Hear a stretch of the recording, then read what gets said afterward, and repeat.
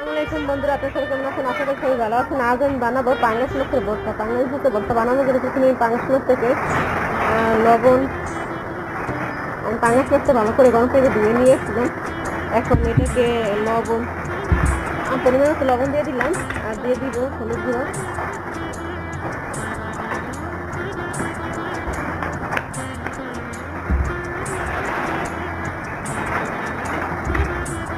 এখন এটা দিয়ে দিব মরিচের গুঁড়ো।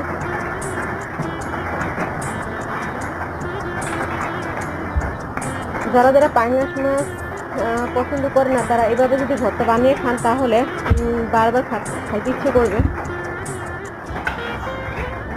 এখন আমি এটাকে মাখিয়ে নিচ্ছি। আমি চুলায় ফ্রাই প্যানটা বসিয়ে দিলাম তেলটা গরম হওয়ার জন্য। মাছটা মাখা হয়ে গেলে আমি দিয়ে দিব শুকনো মরিচটাকে আমি আগে